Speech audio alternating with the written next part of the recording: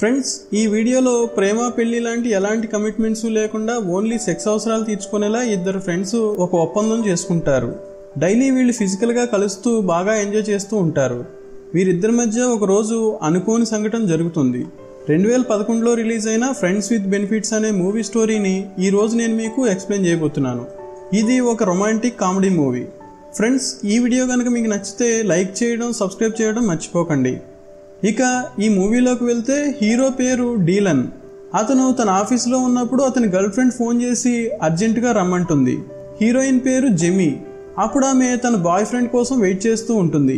డీలన్ loss ఏంజల్స్లో ఉంటే Jamie న్యూయార్క్లో ఉంటుంది. డీలన్కి ముందే తన గర్ల్ ఫ్రెండ్తో బ్రేకప్ అయితే జెమీ కూడా తన బాయ్ ఫ్రెండ్తో బ్రేకప్ అవుతుంది.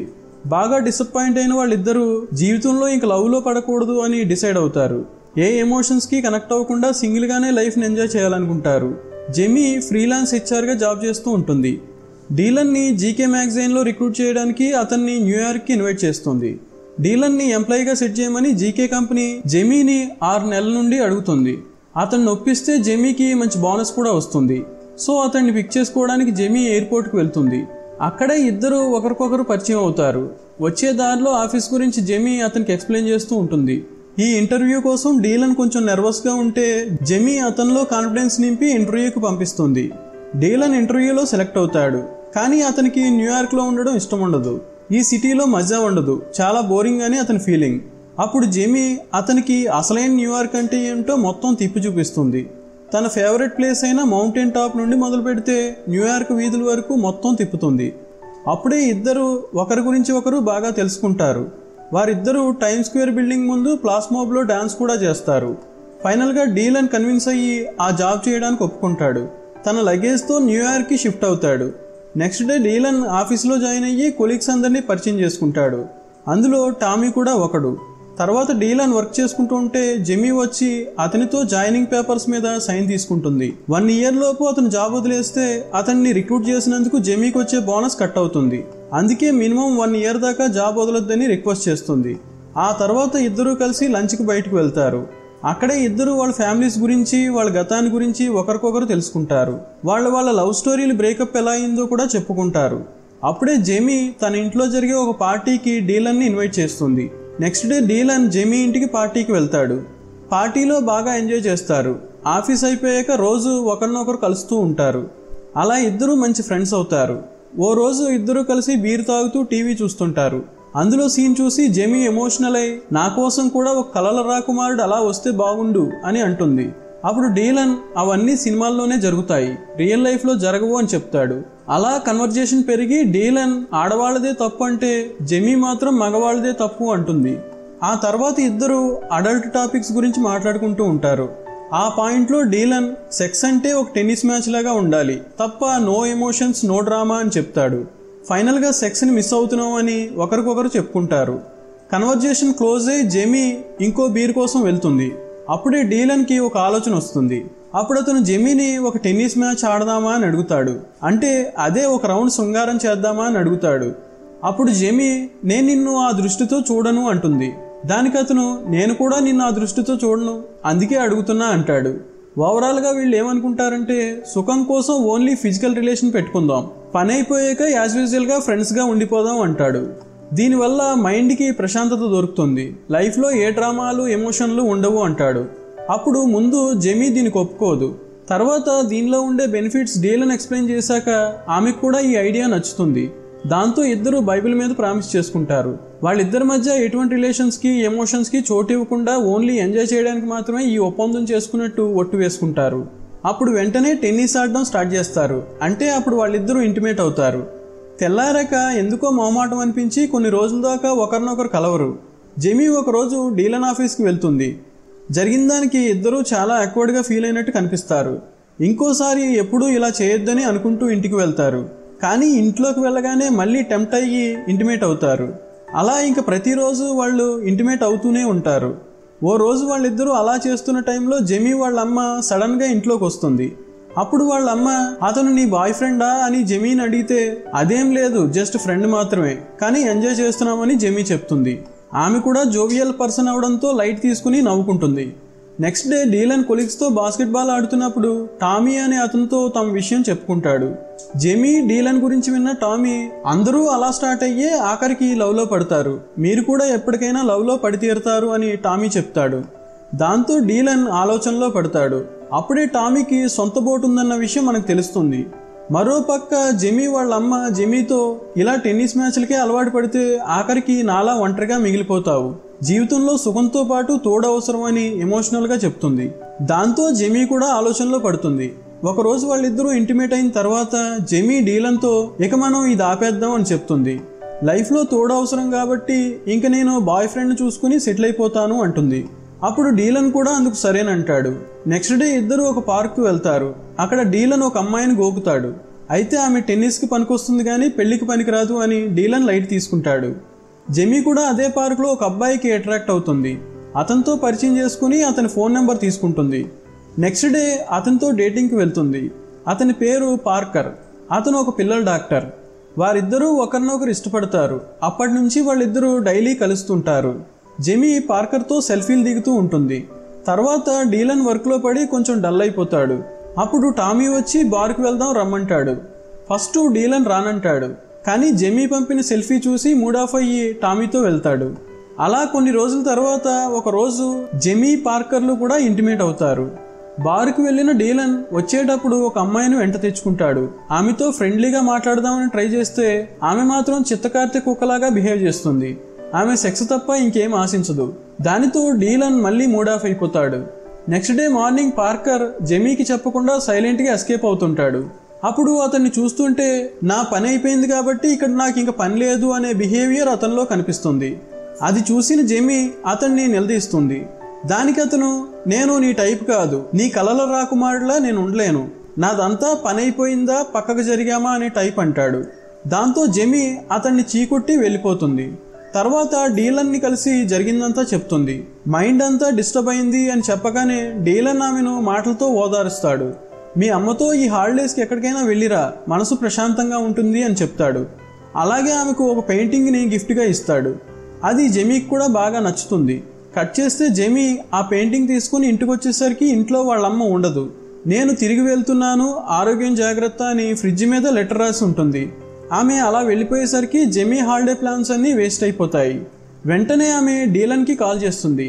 హాలిడేస్కి అతను కూడా తన సొంతూరు వెళ్తుండడంతో ఆమెను కూడా తనతో పాటు రమ్మంటాడు. అయితే ముందు జెమీ రానంటుంది, కానీ డీలన్ ఫోర్స్ చేసేసరికి సరేనంటుంది. అప్పుడు ఇద్దరూ లాస్ ఏంజల్స్లోనే డీలన్ ఇంటికి వెళ్తారు. చాలా రోజుల తర్వాత ఇంటికి వచ్చేసరికి డీలన్ చూసి అతని సిస్టర్ అండ్ ఫాదర్ హ్యాపీగా ఫీల్ అవుతారు. డీలన్ ఫాదర్కి మతిమరుపు ఉంటుంది. అతనికి డివోర్స్ అయ్యి 10 సంవత్సరాలైనా అది అతనికి గుర్తుండదు. డీలన్ వాళ్ళ ఇల్లు బీచ్ పక్కనే ఉండడంతో డీలన్ జెమీలు బీచ్ దగ్గరికి వెళ్ళి ఆడుకుంటారు. తర్వాత సాయంత్రం జెమీ అండ్ డీలన్ సిస్టర్ ఎమీలు మాట్లాడుకుంటూ ఉంటారు. ఆమె జెమీకి డీలన్ చిన్నప్పటి ఫోటోలను చూపిస్తూ అతని క్వాలిటీస్ గురించి చెప్తుంది. దానికి జెమీ చాలా ఇంప్రెస్ అవుతుంది.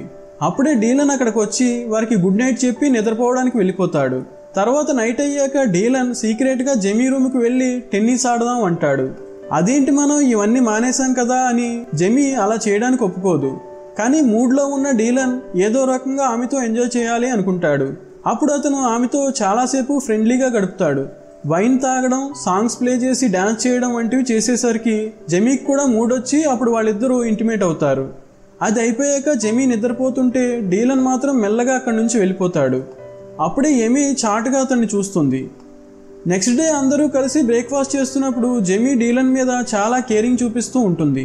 డీలన్ ఫాదర్ అండ్ సిస్టర్ అది గమనిస్తారు. ఇక డీలన్ జెమీని లాస్ ఏంజల్స్ మొత్తం తిప్పి చూపిస్తాడు. అక్కడి ల్యాండ్ మార్క్ అయిన హాలీవుడ్ దగ్గరికి వెళ్తారు. దొంగతనంగా ఫెన్స్ దాటి అది ఎక్కి కూర్చుంటారు.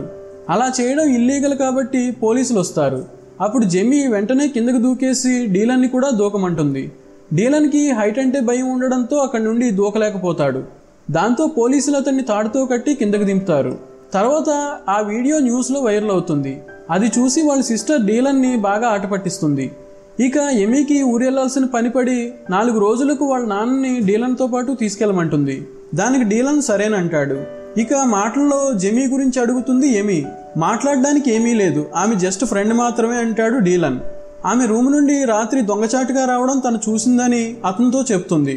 అది ఓన్లీ ఫిజికల్ రిలేషన్ మాత్రమే అని చెప్పి వాళ్ళిద్దరి మధ్య జరిగిన టెన్నిస్ గేమ్ ఒప్పందం గురించి చెప్తాడు. అదంతా విన్న ఎమీ అయిందేదో అయిపోయింది, మీ ఇద్దరి జంట చాలా బాగుంది, ఇప్పటి నుండైనా ఆమెను లవ్ చేయొచ్చు కదా, ఆమెను పెళ్లి చేసుకుంటే మన ఫ్యామిలీలో బాగా కలిసిపోతుంది అని చెప్తుంది. దానికి డీలన్ అదొక మెంటల్ది, ఆమెకి దేంట్లోనూ క్లారిటీ ఉండదు, దాన్ని ఎవడు లవ్ చేస్తాడు అని రెక్లెస్ గా మాట్లాడతాడు. అప్పుడు అక్కడే చాట్ నుంచి ఇదంతా వింటున్న జెమీ చాలా బాధపడుతుంది. కానీ ఆమె అక్కడున్న విషయం వీళ్ళకి తెలియదు. కట్ చేస్తే సాయంత్రం అందరూ డిన్నర్ చేస్తున్నప్పుడు జెమీ అక్కడికి లగేజ్తో వస్తుంది. అర్జెంట్ పని పడడం వల్ల తిరిగి న్యూయార్క్ వెళ్ళిపోతున్నానని చెప్తుంది. దాంతో అందరూ షాక్ అవుతారు. ఆమెను ఎంత కన్విన్స్ చేసినా ఆమె అక్కడ ఉండడానికి ఒప్పుకోదు. అప్పుడు డీలన్ ఆమెను ఎయిర్పోర్ట్ దాకా డ్రాప్ చేస్తానంటే వద్దని క్యాబ్లో వెళ్ళిపోతుంది. ఆమె ఎందుకు అంత డల్గా ఉందో డీలన్కి అప్పుడు అర్థం కాదు. జెమీ న్యూయార్క్ వెళ్ళిన తర్వాత కూడా అదే తలుచుకొని బాధపడుతూ ఉంటుంది. కొన్ని రోజుల తర్వాత డీలన్ కూడా న్యూయార్క్కి తిరిగి వస్తాడు. తర్వాత అతను జెమీకి ఎన్నిసార్లు కాల్ చేసినా అతన్ని అవాయిడ్ చేస్తూ ఉంటుంది. ఫోన్ అసలు లిఫ్ట్ చేయదు. అప్పుడు జెమీ వాళ్ళ అమ్మ ఊరు నుండి తిరిగి వస్తుంది. ఆమెతో గడుపుతూ జెమీ డీలన్ని మర్చిపోవడానికి ట్రై చేస్తుంది. ఓ రోజు జెమీకి ఓ కంపెనీ నుంచి ఆఫర్ వస్తుంది. డీలన్ని వాళ్ళ కంపెనీలో రిక్రూట్ చేస్తే ఆమెకు డబుల్ అమౌంట్ ఇస్తానని ఆఫర్ చేస్తారు. డీలన్కి 1 year అగ్రిమెంట్ ఉండడం వల్ల అది పాసిబుల్ కాదని చెప్తుంది. అదీగాక ఇప్పుడు అతను నాకు టచ్లో లేడని చెప్తుంది. నెక్స్ట్ సీన్లో డీలన్ జెమీకి కాల్ చేస్తుంటాడు. చాలా రోజుల నుండి ఫోన్ లిఫ్ట్ చేయకపోవడంతో ఆమెను వెతుక్కుంటూ ఆమె ఫేవరెట్ ప్లేస్కి వెళ్తాడు. డీలన్ ఎక్స్పెక్ట్ చేసినట్టు జెమీ అక్కడే ఉంటుంది. అసలు ఆమె ఎందుకు ఫీల్ అవుతుందో తెలుసుకున్న డీలన్ ఆమెకు సారీ చెప్తాడు. గుడ్ ఫ్రెండ్ అంటే చాటుగా కూడా మన గురించి తప్పుగా మాట్లాడు, నువ్వు గుడ్ ఫ్రెండ్ కాదు అని ఏడుస్తూ చెప్తుంది. ఇక్కడ ఇద్దరికి కాసేపు ఎమోషనల్ ఆర్గ్యుమెంట్ జరుగుతుంది. ఫైనల్ గా ఇద్దరు విడిపోతారు. తర్వాత ఇంట్లో ఒంటరిగా కూర్చున్న డీలన్ టీవీలో జెమీ ఫేవరెట్ షో చూస్తూ బాధపడుతుంటాడు. ఒకరోజు జెమీకి ఒక కాల్ వస్తుంది. డీలన్ జాబ్ వదిలేసి ఆ కొత్త కంపెనీకి వెళ్ళిపోతున్నాడని తెలుస్తుంది. అప్పుడు డీలన్ ఫోన్ కలవకపోవడంతో జెమీ డైరెక్ట్ గా అతను కలవడానికి వెళ్తుంది. 1 year అగ్రిమెంట్ ఉంది కాబట్టి ఈ జాబ్ వదిలేయకు అని అతన్ని కన్విన్స్ చేస్తుంది. దానికి డీలన్ కావాలంటే నీ బోనస్ అమౌంట్ నేను ఇస్తా, కానీ ఇంకా ఇక్కడ చేయను అని చెప్తాడు. విషయం డబ్బు గురించి కాదు అని జెమీ అంటే, నన్ను వదిలేసావు కదా, నా కెరియర్ గురించి నీకెందుకు అంటాడు. ఇద్దరికీ మళ్ళీ ఆర్గ్యూ జరిగి జెమీ కోపంగా అక్కడి నుంచి వెళ్ళిపోతుంది. నెక్స్ట్ సీన్లో డీలన్ సిస్టర్ డీలన్కి కాల్ చేసి నాన్నని రేపు న్యూయార్క్ తీసుకొస్తున్నాను అని చెప్తుంది. డీలన్ సరే అంటాడు. అంతలో వాళ్ళ అక్క జెమీ గురించి అడుగుతుంది. అప్పుడు వెంటనే డీలన్ టాపిక్ చేంజ్ చేసి ఫోన్ పెట్టేస్తాడు. మరోపక్క జెమీ అండ్ వాళ్ళమ్మ కలిసి సరదాగా బయటికి వెళ్తారు. అక్కడ వాళ్ళమ్మ జెమీతో ఎమోషనల్గా మాట్లాడుతుంది. లైఫ్లోకి సరైన వ్యక్తులు వచ్చినప్పుడు ఈగోకు పోతే జీవితంలో మళ్ళీ అలాంటి వాళ్ళు దొరకరు అని చెప్తుంది. జెమీ ఆలోచనలో పడుతుంది. కట్ చేస్తే డీలన్ వాళ్ళ నాన్న న్యూయార్క్ వస్తాడు. అప్పుడు డీలన్ వాళ్ళ నాన్నని పికప్ చేసుకోవడానికి వెళ్ళి తర్వాత వాళ్ళిద్దరూ ఎయిర్పోర్ట్లో లంచ్ చేస్తూ ఉంటారు. అప్పుడు వాళ్ళ నాన్న తన గతం గురించి చెప్తూ ఉంటాడు. ఆయన నేవీలో ఉన్నప్పుడు ఒక అమ్మాయిని ప్రేమించాడు. మతిమరుపు వచ్చినా సరే ఆమెను మర్చిపోలేకపోతున్నాడు. మన జీవితంలోకి అలా చాలా తక్కువ మంది వస్తారు. వాళ్ళు వెళ్ళాక తలుచుకుంటూ బాధపడడం కన్నా ఉన్నప్పుడే ప్రాబ్లం సాల్వ్ చేసుకోవడం బెటర్ అని చెప్తాడు. ఆ మాటలు డీలన్ మనసుని కదిలిస్తాయి. తర్వాత టామీ బోట్లో వాళ్ళ నాన్నని సరదాగా సిటీ అంతా తిప్పుతాడు. దాని తర్వాత ఆయనని ఇంట్లో డ్రాప్ చేసి ఒక గార్డియన్ని పెట్టి డీలన్ బయటికి వెళ్తాడు. నెక్స్ట్ సీన్లో జెమీ వాళ్ళ అమ్మతో ఫోన్లో మాట్లాడుతూ కనిపిస్తుంది. వాళ్ళ అమ్మ తనని కలవడానికి ఒక చోటుకి రమ్మంటుంది. అందుకే జెమీ ఆమెను వెతుకుతూ తిరుగుతుంది. ఎక్కడున్నావు అమ్మా అని అడిగితే టై వేసుకున్న అబ్బాయి పక్కనే నిల్చున్నా అని చెప్తుంది. ఇక్కడ చాలా మంది టైలు వేసుకుని ఉన్నారు అని అంటుండగానే సడన్ గా అక్కడున్న అందరూ ఫ్లాష్ మాబ్ డాన్స్ స్టార్ట్ చేస్తారు. అప్పుడు వాళ్ళమ్మ మెట్ల వైపు చూడమని చెప్తుంది. అప్పుడు మెట్ల మీద డీలన్ నిల్చుని ఉంటాడు. సో ఇదంతా డీలనే ప్లాన్ చేశాడు. దానికి జెమీ వాళ్ళ అమ్మ కూడా సపోర్ట్ చేసిందన్నమాట. జెమీకి సినిమాలోలాగా డ్రామాటిక్ ఎమోషన్ అంటే ఇష్టం కాబట్టి తన కోసమే ఇలా ఫిల్మీ స్టైల్లో ప్లాన్ చేశానని చెప్తాడు. అప్పుడు డీలన్ జెమీకి దగ్గరగా వస్తూ చాలా ఎమోషనల్గా సారీ చెప్తాడు. ఆమెను చాలా మిస్ అవుతున్నానని చెప్తాడు. మోకాళ్ళ మీద కూర్చొని నా బెస్ట్ ఫ్రెండ్ని నాకు తిరిగి ఇవ్వు, ఎందుకంటే నేను ఆమెతో ప్రేమలో పడ్డానని ప్రపోజ్ చేస్తాడు. దాంతో జెమీ నవ్వుతూ అతన్ని ఆనందంగా యాక్సెప్ట్ చేస్తుంది. అప్పుడు ఇద్దరూ ప్రేమగా కిస్ చేసుకుంటారు. చివరిగా డీలన్ జెమీలు ఇద్దరు కలిసి డేట్కి వెళ్తారు. ఇక్కడితో ఈ మూవీ ఎండ్ అయిపోతుంది. సో ఫ్రెండ్స్, చూసారు కదా, ఈ వీడియో మీకు నచ్చితే వెంటనే లైక్ చేయండి, కామెంట్ చేయండి, సబ్స్క్రైబ్ చేసి పక్కనే ఉన్న గంటను గట్టిగా కొట్టండి. Thanks for watching.